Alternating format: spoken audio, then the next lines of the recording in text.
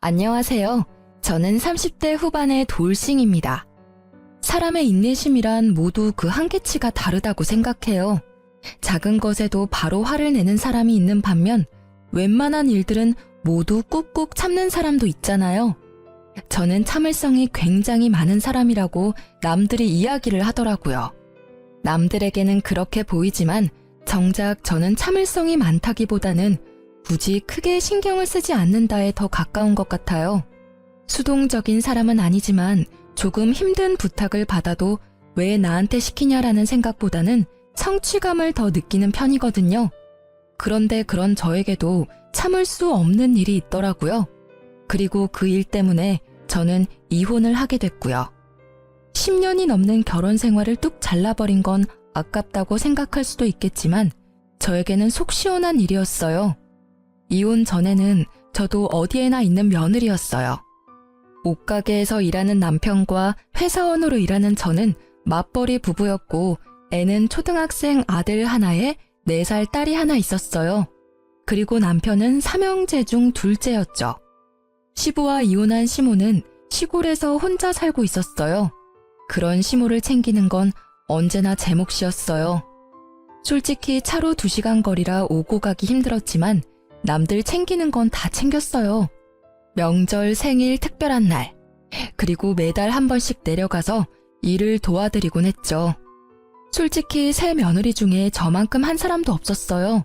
손이의 형님은 이때쯤엔 이혼을 한 상태였고 손아래의 동서는 저보다 더 멀리 떨어져 있었거든요. 책임감 같은 건 아니었고 그냥 상황이 그렇게 됐고 저도 그런 일들을 나쁘게 생각하지는 않았어요. 친정엄마가 필요할 때 부르는 것처럼 시모도 필요하니까 부른다 싶었거든요. 시부라도 있었으면 또 달랐겠지만 혼자 있는 걸 아니까요. 그리고 그런 시모는 매우 성급한 사람이었죠. 뭐든 시키고 보자는 식인데 정작 제대로 알려주지도 않고 시키려고 하니 꼭 나중에 탈나게 만드는 사람요. 게다가 인식이 아주 옛날 사람이라는 것도 있었어요. 며느리들 고생하는 건 당연하다고 생각하는 점이요. 편하게 앉아 있는 꼴을 못 본다고 해야 하나요? 추석 명절에 새 며느리가 전 부쳐놓고 준비 다 해놓고 믹스커피라도 한잔 할라 치면 꼭 그 이야기를 하는 거예요. 앉아 있을 시간이 있으면 나가서 밭이라도 가꿔라. 여자 셋 모여서 할 일 없이 노닥거리는 게 웬 말이냐? 호시절이야 호시절. 어디 며느리가 시모 앞에서 노닥거리며 쉬는 꼴을 보여? 이런 시모의 말투와 행동을 못 버틴 게 첫째 형님이었죠. 시모가 가장 자주 불렀고 마치 시모처럼 부렸다고 하더라고요. 형님의 말로는 우리 집에서 키우는 가축한테도 그렇게 못할 거야 라더군요. 저도 전에 들은 바라 그게 어떤 건지 몰랐지만 형님이 이혼하고 나서 그 말의 뜻을 이해할 수 있었어요. 시모는 마치 저를 고용된 직원처럼 부려먹더라고요. 아니, 직원이면 편의를 봐주기나 하죠. 이건 뭐 편의조차 없는 일방적인 명령, 화냄, 질책의 연속이랄까요? 솔직히 이때쯤에는 형님의 마음이 100번, 1000번 이해가 가고도 남았어요. 집이 멀어도 시모의 부름은 멈추지 않았죠. 결국 주말마다 저를 부르기 시작하더라고요. 갈 때마다 청소와 밭일을 시키는데 가지 못한다고 하면 그 주 내내 남편을 닥달하는 거예요. 그러면 또 제가 보다 못해 가야 하는 거고요. 남편은 주말 장사가 더 잘 되니 같이 갈 수 없었고 결국 저는 아들과 딸을 친정에 맡겨놓고 시모일 거들러 주말에 시골을 내려갈 수밖에 없었죠. 그날은 제게 냉장고 청소를 맡기더라고요. 일단 안에 있는 내용물을 다 빼내야 하니 김치 냉장고에 고개를 숙여 김치통을 꺼내 들었어요. 생각보다 무거워서 끙끙대고 있다가 한 번에 훌쩍 들어올렸는데 무게중심을 잃고 뒤로 한 발짝 디뎠어요. 그런데 디딘 곳에 미끄러운 뭔가가 있더라고요. 그걸 밟고 뒤로 넘어진 저는 뒤쪽에 있던 선반에 엉덩이를 부딪히고 말았어요. 그런데 너무 아픈 거예요. 진짜로 눈앞이 번쩍하는 통증에 들고 있던 김치통까지 떨어뜨리고 통증을 줄이기 위해 앞으로 고꾸라지듯 허리를 숙였어요. 엉덩이가 너무 아파서 견딜 수가 없는데 큰 소리에 뛰어온 시모가 한심하다는 얼굴로 쳐다보며 말하더라고요. 일하기 싫어서 요령 피우는 거 봐라. 요새 며느리들은 왜 이렇게 일하기 싫어하는 거냐? 빨랑 안 일어나? 안 아픈 거 다 알아. 어디서 이런 야가 빠진 것들만 데려와가지고는. 그렇게 막말을 던지는데 사실 이때는 화를 낼 상황도 아니었어요. 너무 아파서 정신이 없었거든요. 그런데 그때 제 발 쪽에 있는 수건이 한 장 보였어요.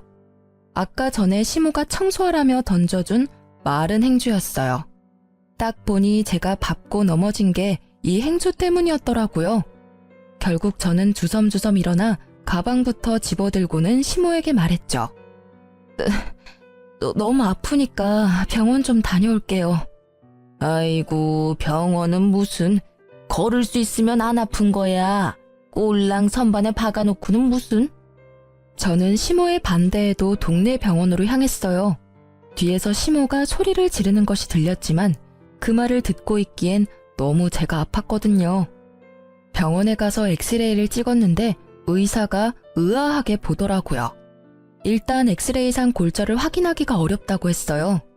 부위로 보면 꼬리뼈랑 엉덩이뼈 쪽인데 옆에서 보면 약간 울퉁불퉁해 보이는데 그게 골절이 됐는지 안 됐는지는 이걸로는 보기 어렵다고 하더라고요. 그러면서 통증이 계속 있으면 CT를 촬영하라고 하더군요. 저는 골절이 아니길 바라며 일단 진통제를 받아 시댁에 돌아왔어요. 병원에서 별거 없대지? 거 봐라. 꼴랑 약 한 봉지 들고 올 거 뭐하러 병원까지 가서 돈을 써.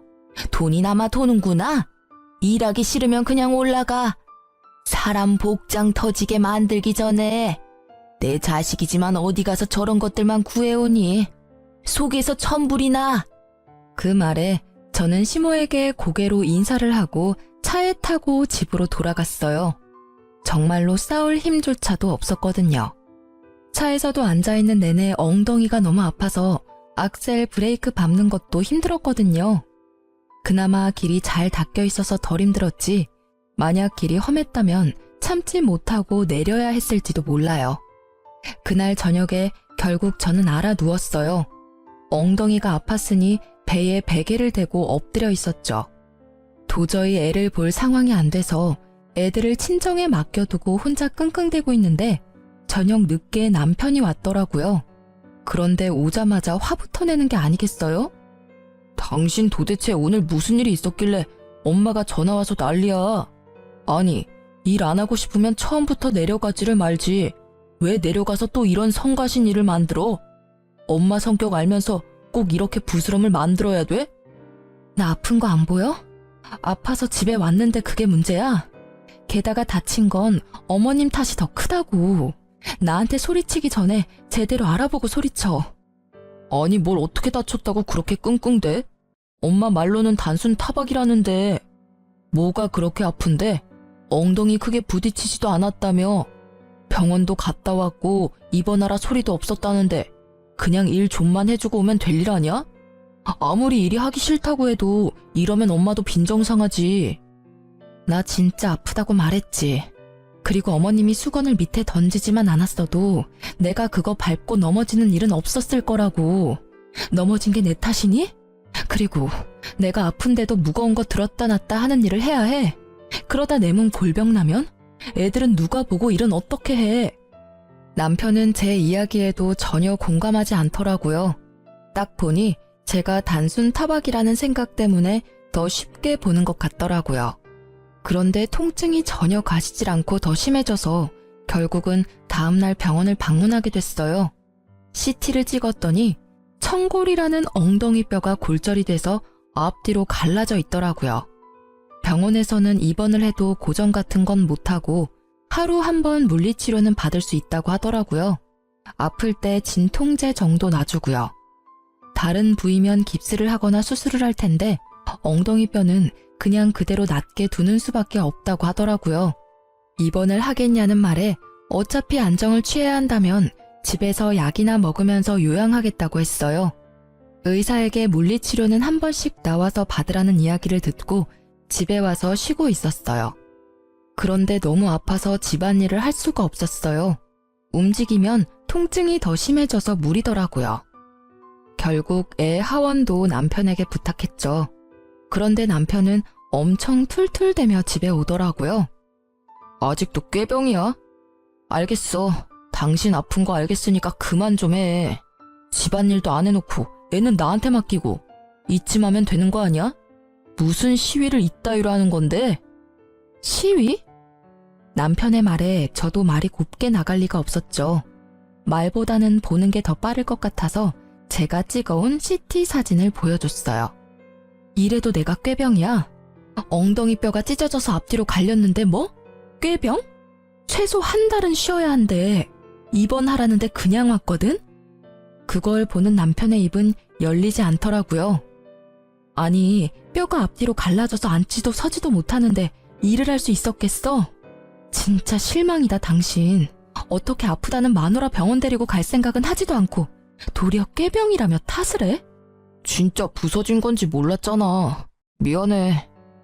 남편이 멋쩍은 얼굴로 사과를 하는 그때 남편의 전화가 울렸어요. 시모였죠. 남편은 의뢰하던 대로 스피커폰으로 전화를 받았고요. 애미한테 이번 주말에 집에 와서 일 좀 거들라고 해라. 저번 주에 그렇게 해놓고 가서는 집이 엉망진창이야. 지가 싸지른 건 치워야지. 가란다고 홀라당 집으로 가. 어디 버르장머리 없이. 어머니, 안사람 집에 못 가요. 엉덩이 뼈 골절됐대요. 어디서 거짓말이야? 꼴랑 그렇게 넘어진 걸로 엉덩이 뼈가 부러지면 내 뼈는 남아나지도 않았어. 일하기 싫어서 관두라 그래. 우리 집에 그렇게 요령 피우는 며느리는 필요 없다. 진짜 골절이에요. CT 찍었는데 앞뒤로 갈렸더라고요. 그러니까 어머니, 당분간은 이 사람 말고 다른 며느리 부르세요. 남편의 간곡한 말에도 시모는 의심이 되는지 다음날 집에 왔더라고요. 또 누워있냐? 뭐가 그렇게 아파서 누워있어? 시어머니 오셨으면 발딱발딱 일어나서 맞이해도 모자랄 판에. 어머님, 제가 골절이라고 들으셨잖아요. 못 믿어서 오신 거면 의사 선생님한테 가서 확인하세요. 그러지 않아도 물리치료하러 가야 되니까요. 결국 의사의 이야기를 듣고서야 시모는 조용해지더라고요. 그렇게 집으로 왔는데 남편이 시모에게 전화했더라고요. 집에 오셨으니 집안일 좀 해주고 가시라고. 결국 시모는 씩씩대며 집안일을 해놓고 이틀 뒤에 가셨어요. 시모가 던진 수건 한 장에 넘어지게 됐으니 저한테 뭐라 말은 못하셨죠. 결국 남편의 부탁으로 이틀 동안 제 수발을 들어준 시모를 보니 속이 다 시원하더라고요. 제가 지금 아니면 언제 시모의 수발을 들어보겠어요? 그렇게 시모가 저의 수발을 들고 간 지 얼마 되지 않아 시모에게 연락이 왔더라고요. 저희 집 근처로 이사 오신다고요. 아무래도 첫째 형님 내외 이혼하고 일 부려먹을 사람 없으니 우리 집 쪽으로 이사 오시는 듯 했죠. 걱정이 앞섰지만 설마 지금보다 더 괴롭히겠나 싶은 마음이 컸어요. 그런데 설마가 사람 잡는다고 이사한 날부터 저를 그렇게 괴롭히더라고요. 저녁 시간 주말 할 것 없이 제가 일을 하지 않는 시간만 골라서 저를 불러내더라고요. 이유도 다양했어요. 집 청소, 요리, 짐꾼, 행사, 수발 등등등. 저는 화가 날 대로 났지만 참았어요. 혼자 사는 시모가 힘들 때는 부를 수도 있지 하고 좋게 넘어가려고 했는데 결국 그렇게 넘어갈 수 없는 일이 생기더라고요. 그날은 둘째가 어린이집 다녀온 길이었어요. 밤중부터 오르던 열이 해열제를 먹여도 내려가질 않더라고요. 결국 다음날 꼭두 새벽부터 줄을 서서 소아과를 갔는데 결과는 폐렴소견. 결국 어쩔 수 없이 입원을 해야 했어요. 애가 어리니 제가 애 옆에 있어줘야 하잖아요. 그런데 초등학생 저학년인 아들을 혼자 둘 수는 없잖아요. 그래서 결국 가까이 있는 시모에게 연락했어요. 친정은 시댁보다는 멀고 애 학교 보내기에도 힘든 것 같아서 시모를 찾았는데 그게 나중에 저를 후회하게 만들 줄 이때는 진짜 생각지도 못했어요. 솔직히 시모가 손주를 나쁘게 할 리 있겠어요? 잘해주면 잘해줬겠지 하는 마음이었는데 일단 둘째 먼저 입원시켜놓고 남편에게 잠시 같이 있어달라 했어요. 집에 와서 첫째를 시모에게 맡겨놓고 집에 돌아와 저는 둘째 입원을 위한 짐을 싸기 시작했어요. 한창 다 싸고 이제 일어나려는데 현관문 소리가 들리더라고요. 고개를 내밀어 보니 첫째가 들어오고 있더라고요. 저는 당황해서 아이에게 무슨 일인지 물었는데 할머니가 집에 가라고 했다고만 하더라고요. 택시 태워서 보냈다는데 이게 뭔가 싶어서 시모에게 전화부터 했죠. 어머님, 첫째가 집에 왔는데 혹시 집안에 무슨 일 있으세요? 그럼 말을 하시지. 어떻게 애 혼자 택시 태워서 보낼 수 있어요? 택시라도 태워보낸 거면 다행으로 생각해야 되는 거 아니냐? 그리고 너 생각이 모자라도 어쩜 그리 모자라니? 둘째가 폐렴이면 첫째도 폐렴에 걸렸을 수도 있잖아. 늙은 노인 혼자 사는데 폐렴 걸린 애를 데려다 놓고 나 폐렴 걸려서 입원하면 어쩌려고 애를 여기다 맡겨? 몰상식한 짓도 정도껏 해야지. 이제까지 시모일은 나 몰라라 하더니 지들 힘들 때는 애나 맡기고 말이야. 어머님, 첫째는 이미 검사했는데 폐렴이 아니래요. 폐렴도 아닌 애를 맡아주시는 게 그렇게 힘드세요? 아님 병원 말을 못 믿으시는 거예요? 난 다 못 믿어. 괜찮다고 했다가 나중에 진짜 폐렴이면 어쩔 거야? 나 죽는 꼴이 그렇게 빨리 보고 싶니? 아예 나 죽으라고 고사라도 지내지 그래. 그 막말에 제가 할 수 있는 말은 없었어요. 말이 통해야 말을 하죠. 하지만 머리통에 연기가 날 만큼 화가 나긴 했어요. 저를 괴롭히는 건 참을 수 있어도 내 자식 괴롭히는 건 못 참겠더라고요. 저는 결국 아무 말 없이 시모 전화를 끊었어요. 그리고 남편에게 바로 전화했죠. 어머님이 첫째 돌려보냈어. 어머님 도움 못 받게 생겼으니까 자기가 시간 좀 내. 뭐? 왜 애를 안 봐주신대? 혼자 사는 늙은이 폐렴 걸리게 만드는 며느리라며 아주 난리도 아니셨거든? 아직 초등학교 저학년인 애를 택시 태워서 홀라당 집에 보내셨더라. 기도 안 차서 정말. 그러니까 당신이 퇴근 후에 둘째 병간호해. 결국 남편과 저는 번갈아 가며 두 아이를 케어하게 됐죠. 남편은 낮에 일을 하는 동안 첫째는 학교와 학원으로 시간을 보내고 저는 둘째 병간호를 했어요. 그리고 남편은 퇴근 후에 둘째 병간호를 하고 저는 저녁에 첫째 밥 먹이고 함께 있어준 뒤에 애가 잠든 밤에 홈캠을 애 방에 켜두고 병원으로 와 남편과 바통 터치했어요. 진짜 피말리는 날들이었어요. 그런데 주말이 되니 첫째가 아침부터 쭉 혼자잖아요. 남편은 주말이 바쁘고 주말은 지나야 둘째는 퇴원이고 결국 남편이 시모에게 재차 부탁해서 애 밥만 챙겨주라고 했어요. 남편과 제가 없는 점심 식사만요. 그렇게 주말이 잘 지나가나 했는데 오후 4시쯤 전화가 왔어요. 첫째한테서요. 엄마, 나 배고파. 집에 먹을 거 없어? 응? 점심 많이 안 먹었어? 집에 사놓은 건 없는데. 혹시 엄마가 배달시켜줄까? 응. 알았어. 엄마가 분식 시켜줄게. 근데 점심 맛이 없었어? 엄마가 너 좋아하는 반찬 많이 해놓고 왔는데? 몰라. 할머니가 밥 안 주고 빵 하나랑 우유 하나 주고 가셨는데. 뭐? 식사를 안 챙겨주셨다고? 냉장고에 반찬 가득 넣어놨는데? 그거 안 차려주셨어? 몰라. 난 방 안에 있었어. 할머니가 빵이랑 우유 주면서 나더러 방에서 나오지 말라고 했어. 할머니 계시는 동안에는 절대로 방문 밖에 나오지 말라고. 병균 옮기면 할머니한테 혼날 거라고. 그래서 계속 방 안에 있었는데 너무 배가 고파서. 할머니가 너한테 진짜 그렇게 이야기했어? 저는 경악을 금치 못했어요. 세상에 어느 할머니가 친손주를 병균 취급을 해요? 열받은 저는 남편에게 전화했죠. 당신 어머님 좀 어떻게 해봐. 왜 그러시는 거야 정말? 왜 또? 무슨 일인데 일하는데 전화를 해? 웬만하면 집에 가서 하자, 응?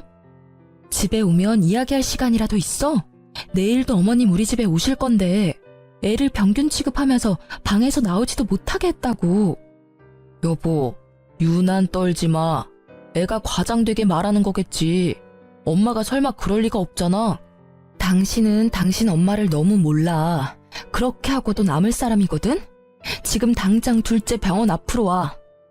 지금 일하는데 어떻게 가냐고. 말이 되는 소리를 해. 애가 아파서 병원에 입원했는데 왜 일을 못 봐줘? 당신 혼자 일하는 거 아니잖아. 다른 일에는 다른 직원한테 부탁해서 잘도 빠져나오더니 애 아플 때는 왜 못해? 결국 제 말에 남편은 투덜거리며 병원까지 왔더라고요. 저는 그 길로 집으로 갔어요. 첫째 아들이 덩그러니 거실에 앉아서 TV를 보고 있더라고요. 괜찮은가 싶은 마음도 잠시 아들이 몰래 눈물을 훔치더라고요. 아들, 울었어? 왜 울어? 엄마가 여기까지 왔잖아. 뚝해, 응? 엄마, 할머니가 나더러 평균 덩어리래. 엄마한테 전화했다고 나한테 뭐라고 했어. 호로 자식? 근데 그게 무슨 뜻이야? 그건 나쁜 말이야. 할머니들이 가끔씩 쓰는 말인데 너는 몰라도 되는 말이야. 그리고 또 뭐라고 하셨는데? 나한테 싸가지 없는 건 엄마 닮았다고 했어. 근데 싸가지는 뭐야? 부글부글 끓어오르는 속을 꾸역꾸역 눌러 담으며 최대한 아들에게 상냥하게 말했어요. 그런 말도 있는데 나쁜 말이야. 그 말도 기억에서 얼른 지워. 그리고 애탁해서 꼴도 보기 싫대. 애탁? 그게 무슨 뜻인지 몰라서 잠시 생각하던 제 머릿속에 떠오른 단어가 하나 있었어요. 외탁을 했다는 말. 첫째가 저를 닮아서 보기 싫다는 말이었겠죠. 더 이상 저는 시모를 용서하지 않기로 했어요. 애를 달래고 둘째 병원에 와서 저는 시모에게 전화를 했어요. 어떻게 애한테 그런 막말을 하실 수가 있어요? 애가 무슨 죄가 있어서 그런 말을 들어야 하냐고요. 자식 키우신 분이 어떻게 손주한테 그런... 내일 오지 마세요. 제가 알아서 할 테니까요. 그런다고 누가 무서워할 줄 아니? 그리고 내가 못할 말했어? 걔가 병균을 가지고 있으니까 병균이라고 한 거고 널 닮아서 외탁했다고 한 거지. 그나저나 그 애미나 그 자식이나 똑같네. 그걸 또 그새 너한테 일러 바쳤어? 이러니 내가 정이 안 가지. 알겠어요. 정 안 가는 손주 볼 일 없으실 테니까 내일부터 오지 마세요. 그리고 주말에도 저 부르지 마세요. 안 갈 거니까요. 싸가지 없고 꼴 보기 싫은 며느리 싫으시잖아요. 그러니까 부르지 마세요. 부르려면 어머님 아드님이나 부르세요. 그렇게 말하고 전화를 탁 끊었죠. 그리고 시모의 모든 연락을 무시했어요. 그런데 몇 달이 지났을까요?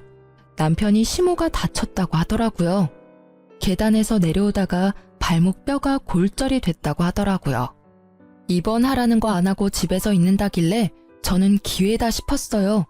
남편이 좀 가달라고 하길래 알겠다고 하고 시댁에 내려갔어요. 그리고 제가 뭘 했는지 아세요? 아무것도 안 했어요. 시모가 밥을 차리라는데도 밥 안 차리고 혼자 사온 거 먹고 시모가 화를 내는데도 들은 척 하지도 않았어요. 결국 시모가 열이 받아서 저에게 소리를 꽤 지르더라고요. 너 뭐하러 왔어? 내가 아파서 아무것도 못하는데 여기 와서 나 염장 지르려고 왔냐? 복창 터지게 만들 일 있어? 어머님, 그래서 밥 드시라고 빵 드렸잖아요. 맛있게 드세요. 저희 아들한테도 그렇게 하셨잖아요. 그대로 해주고 있는데 뭐가 그렇게 화가 나세요? 싫으시면 그냥 다른 며느리 부르세요. 내가 못 부를 줄 아냐? 너 이러는 거 내가 아들한테 다 이야기할 거야. 너네 이혼하도록 만들어줄 거라고. 이 나쁜 것. 어디서 이런 짓을 해? 아픈 사람을 데리고? 마음대로 하세요. 어차피 첫째 며느리는 어머님 성화에 못 이겨서 이미 이혼했고 막내 며느리도 척치고 살고 계시잖아요. 아들 셋에 두 며느리가 담을 쌓았는데 곧 저도 담 쌓고 지내게 생겼네요. 제 말에도 시모는 당당한 표정으로 남편에게 전화를 걸더라고요. 스피커폰으로요. 예, 너 이리 와라. 네 마누라 어떻게 좀 해. 나 아파서 수발 들러 와놓고는 꼴랑 빵 한 쪼가리 주고는 밥 먹으란다. 어디서 이런 미친 것을 데려왔어? 아, 진짜. 와이프 좀 바꿔줘봐요. 바꿀 필요 없어. 나 다 듣고 있으니까 할 이야기 있으면 해.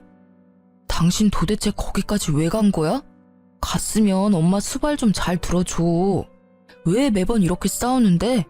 이거 당신한테도 문제 있는 거라고. 그리고 엄마가 좀 떽떽거렸다고 당신까지 똑같이 굴면 어떡해? 윗사람한테 그렇게까지 하는 거 아니야. 그래, 당신도 똑같네. 그 어미의 그 자식이라더니. 내가 내 자식이랑 닮은 것처럼 당신도 당신 어머님이랑 닮은 건 당연하겠지. 나는 당신 엄마보다 내 자식이 더 소중하거든? 그래서 내 새끼 그렇게 만든 사람 용서 못해. 그리고 어머님도 나 어차피 용서 안 하실 것 같으니까 그냥 우리 이혼하자. 우리 애한테는 이런 할머니는 필요 없는 것 같으니까. 이혼하자고 이야기하면 벌벌 떨 줄 알았니? 차라리 잘 됐어. 야, 나도 이런 며느리 필요 없으니까 얼른 이혼해라. 꼴도 보기 싫은 것. 어디서 당당하게 머리 쳐들고 있어? 그 꼴을 보니 첫째 형님이 이혼했을 때가 생각나더라고요. 방귀 낀 놈이 성낸다고 딱 그 꼴이잖아요. 제 탓으로 자식들 이혼하게 만든 거 생각도 못하고. 이혼을 선언한 후 저는 애들 둘과 함께 친정으로 돌아왔어요. 남편과의 집은 반씩 부담해서 마련한 거였기에 남편에게는 시세의 반을 돌려달라고 말했어요. 남편은 싫다고 하더라고요. 그래서 이혼 소송으로 재산 분할하겠다고 말했죠. 그리고 양육권, 친권 모조리 제가 가져온다고 했어요.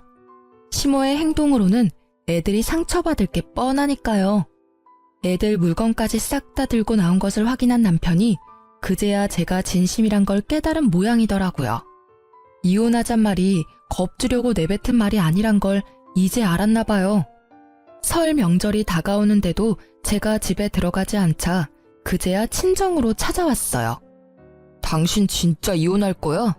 다시 생각해봐. 애들은 어쩔 건데? 당신 혼자 애들 키울 수 있어? 그거 여간에서는 못하는 일이라고. 이혼은 좀 아니잖아. 늙은 노인이 하는 말에 그렇게 휘둘릴 필요 있어? 나는 이미 당신 어머님한테 실망했어. 그리고 어머님 편만 드는 당신한테도 실망한 지 오래됐지.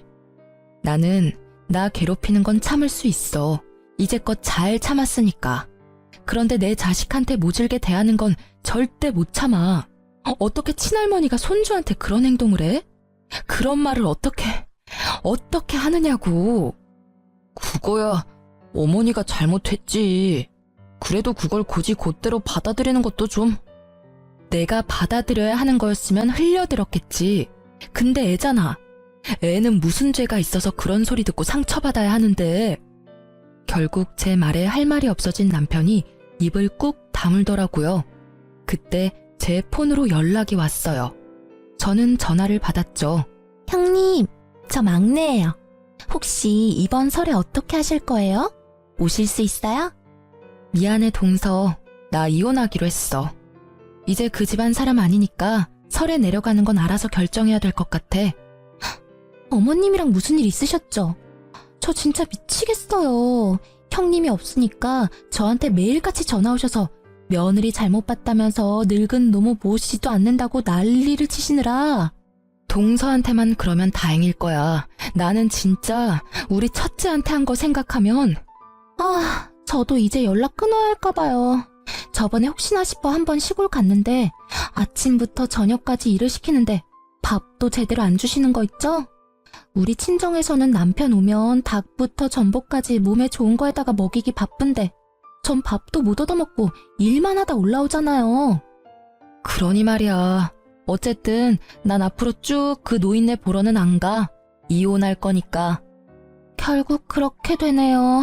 첫째 형님부터 둘째 형님까지. 저도 올해부터는 시댁 안 가야겠어요. 어머님한테 당한 거 생각하면. 그렇게 전화를 끊고 나자 이번에는 시모에게 전화가 오더라고요. 전화를 받지 않으려니 눈앞에 있는 남편이 훤히 보여 차라리 전화를 받고 제 의지를 보이는 게 낫다고 생각했어요. 네. 그래, 너 이번 설에 내려오너라. 네가 잘못한 거는 내가 다 덮어줄 테니까. 어차피 이혼하고 나가봐야 너만 고생 아니냐? 이혼하지 말고 이번 설에 내려와. 거의 명령조였어요. 제가 마치 무조건 받아들일 것처럼 말하더라고요. 그때 남편이 한마디 하더라고요. 만약에 이혼하면 애들은 내가 데리고 갈 거야. 다른 사람 손에 크는 거 난 못 봐. 당신은 애들 보기 부끄럽지도 않아? 어떻게 애들 할머니랑 싸우고 이혼한다고 할 수가 있어? 시어머니한테 못하는 것도 자랑이야? 제가 뭐라고 맞받아 치려는데 옆에 있던 아들이 제 옷자락을 꾹꾹 잡아당기더라고요. 애 앞에서 이렇게 싸울 일이 아니라고 생각하면서 첫째를 달래려던 그때 첫째가 한마디 하더라고요. 아빠랑 엄마랑 헤어지면 나 아빠 따라가야 해. 아빠 바쁘면 나 또 할머니랑 있어야 하는데. 나 할머니 집에 보낼 거면 나는 아빠랑 같이 안 살고 싶어. 그 말에 남편은 꿀먹은 벙어리가 됐죠. 전화를 통해서 첫째의 이야기를 듣고 있던 시모는 노발대발하며 소리 지르더라고요. 이 싸가지 없는 놈. 며느리 네가 애를 저렇게 싸가지 없는 놈으로 키웠어. 어디 어른 앞에 두고 못하는 말이 없어? 애한테 소리 지르지 마세요. 아들, 외할머니 방에 가 있어. 애를 안방으로 보내놓고 제가 남편에게 말했어요. 애들 마음에 얼마나 상처가 컸는지 이제 알겠지? 당신도 눈이 있고 귀가 있으면 이제 그만 좀 잘 살펴보라고. 저 작은 애도 제 할머니 집에 안 가려고 난리잖아. 저 애 데려가서 행복하게 키울 자신 있어? 애가 벌써 불행한데. 미안한데 나 이혼 번복 안 해. 그리고 애도 못 데려갈 거야. 애 데리고 가겠다고 하면 끝까지 싸울 거니까. 결국 제 말에 남편은 집으로 돌아갔죠. 그리고 이혼 소송도 마무리가 잘 됐죠. 제가 시모에게 당한 일들로 인해 제게 좀 유리하게 됐어요. 게다가 당연히 애들 친권과 양육권도 제가 가져왔고요. 그런데 이혼 후 동서에게 연락을 받았어요. 형님, 잘 지내세요? 저도 이혼하게 됐어요. 어머님이 하나뿐인 며느리 감싸줄 줄 알았는데 더 부려먹으시더라고요. 게다가 조금이라도 바른 소리 할라치면 두 형님들 욕을 하면서 저한테 똑같은 년이라고 막말을 하시는데 어떻게 그걸 당하고 사셨나 몰라요. 남편에게 이야기했더니 엄마가 원래 그런 성격인 걸 어쩌냐네요. 참나. 내 편 들어줬으면 시댁이랑 인연 끊고 남편이랑 잘 살아보려 했는데 세상 일 제 맘대로 되는 게 하나도 없더라고요. 그리고 혹시 아세요? 고부 갈등으로 이혼하는 거면 시모한테 위자료 청구도 된대요. 전 제가 당한 일 다 증거 모아서 위자료도 청구했어요. 동서의 말에 저는 웃을 수밖에 없었어요. 형제 셋이 나란히 시모를 이유로 이혼하게 된 것이 너무 웃기더라고요. 결국 돈까지 뜯기고 며느리들은 모두 이혼하는 상황이 되니 지금은 더 이상 삼형제 중 그 누구도 시댁에 들리지 않는다더군요. 참 꽃이다 했어요. 이혼 후에 저는 친정과 가까운 곳에 자리 잡고 애를 키우고 있었어요. 친정 부모님의 도움을 많이 받았어요. 애들은 친정엄마와의 사이에 애착이 잘 형성되었던 터라 부모님에게 뭔가 해드리고 싶은 마음으로 여행을 갔어요.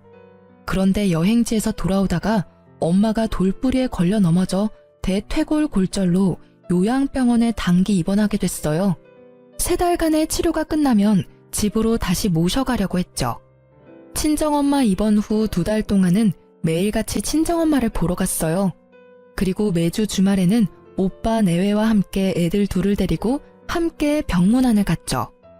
그렇게 퇴원을 2주 앞두고 주말에 가족 다 같이 엄마 면회를 가던 날이었어요. 병실에 들어가다가 저는 깜짝 놀라 멈췄어요. 그 방에 전 시모가 앉아있는 게 아니겠어요? 이게 무슨 일인가 싶었는데 아들이 아무것도 모른 채 들어오다가 전 시모의 얼굴을 보고는 제 뒤로 후다닥 숨어버리더라고요. 저 망할 놈. 넌 할머니한테 인사도 안 하냐? 예의는 어디 갖다 팔아먹었어? 어? 여전히 싸가지 없는 걸 보니 네 엄마가 아주 잘 키우고 있나 보다. 응. 그 빈정거리는 말투에 그 카랑카랑한 목소리.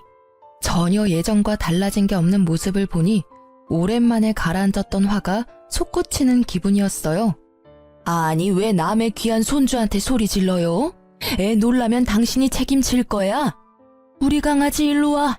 저 망할 할망구가 노망이 들었나? 왜 애를 울려? 친정 어머니의 등 뒤로 쫓아가 숨는 손주를 보던 시모가 이번에는 막말을 쏟아붓더라고요. 아이고, 네가 우리 아들이랑 결혼만 안 했어도, 네가 아들이랑 이혼만 안 했어도 내가 이 꼴로 병원에 갇혀 있지는 않았을 거다. 망할년, 내 신세가 어쩌다 이리 됐을꼬.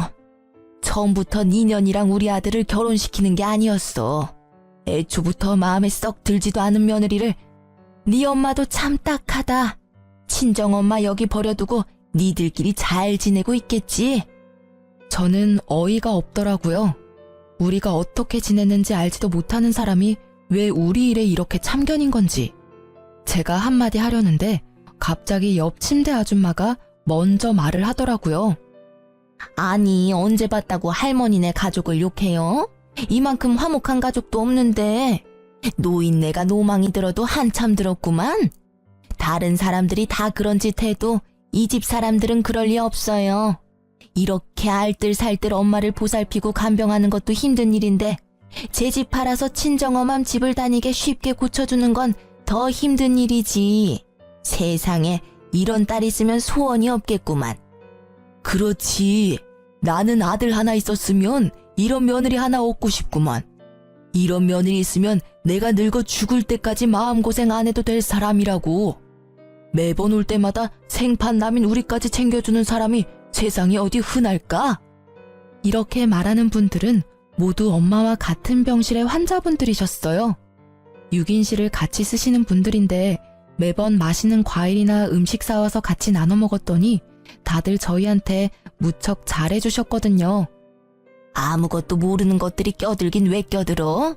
어린 놈의 새끼도 저 여우 같은 년도 다 똑같이 싸가지 없는 나쁜 년놈들이라고. 저것들 때문에 내가 여기 갇혔지. 내 모를 줄 알고? 저는 이혼 후에 그쪽 가족분들과 연락한 적 단 한 번도 없어요. 그러니 여기 와 계시는 것도 그쪽 가족분들의 생각이시겠죠. 엄한 사람한테 누명 씌우지 마시고 애한테 욕도 하지 마세요. 저희는 이제 엄연히 남이라고요. 이런 식으로 욕하고 소리치면 저희도 참지 않을 거예요? 안 참으면 어떡할 건데? 그런다고 내가 무서워할 줄 아냐? 너, 네가 여전히 내 아들 조종하는 거 내가 모를 줄 알아? 여기서 꺼내. 나 여기서 꺼내주란 말이야. 제가 왜 그런 짓을 해요? 그 사람 본 적도 한참 전인데 말이 되는 소리를 하시라고요. 이러니 며느리가 셋이나 도망가죠. 그리고 자식들도 돌보고 싶겠어요? 본인한테 물으세요. 어머니가 하신 행동이 지금 이 상황을 만든 거니까. 이혼한 지 도대체 얼마나 지났다고 생각하세요?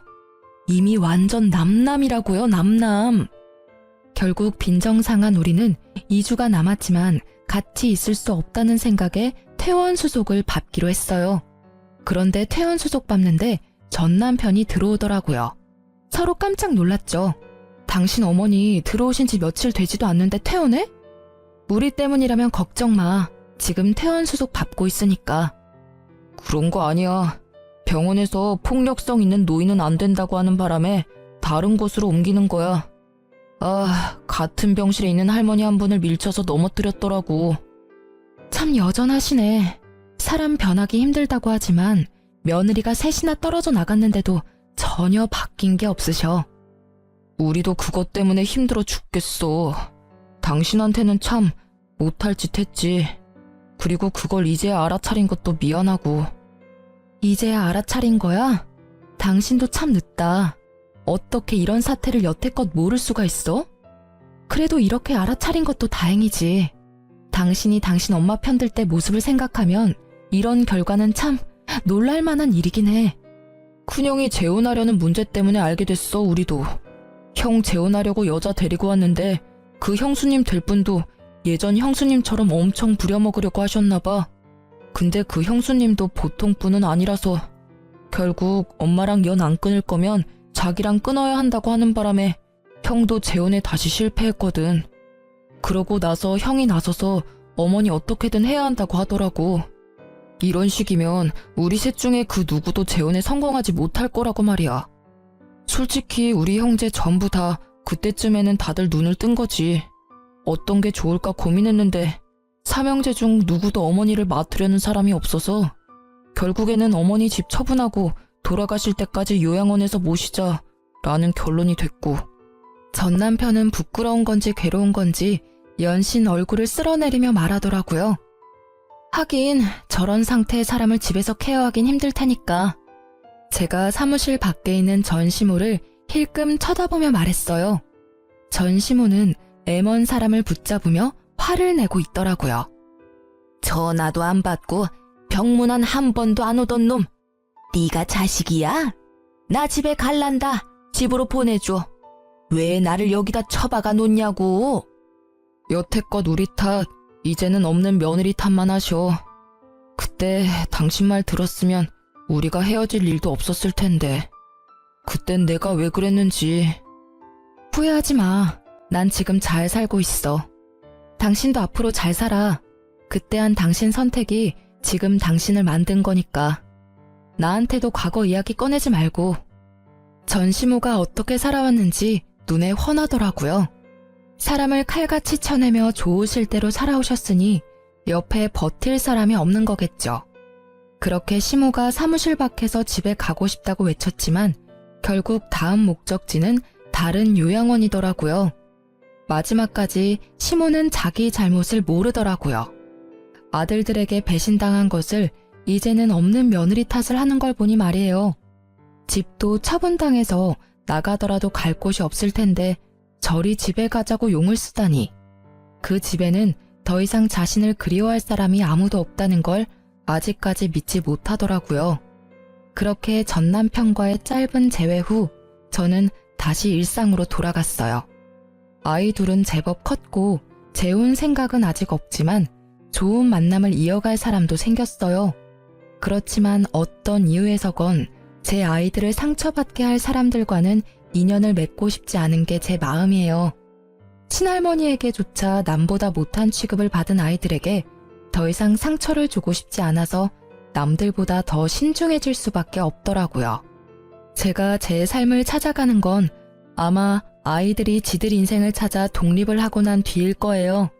어떤 사람들은 그게 늦다고 생각할지 모르겠지만 저에게는 그게 제일 좋은 선택이라는 생각이 들거든요. 이렇게 글을 쓰고 보니 저도 참 순탄치만은 않은 인생을 살아왔다는 걸 실감하게 되네요. 누가 이런 경험을 할 수 있겠어요? 물론 돈 주고도 하고 싶지 않을 경험이긴 하지만 3명의 며느리를 이혼시키는 시모라니. 예전에는 치가 떨릴 만큼 싫었는데 지금은 참 대단한 사람이라는 생각이 들어요.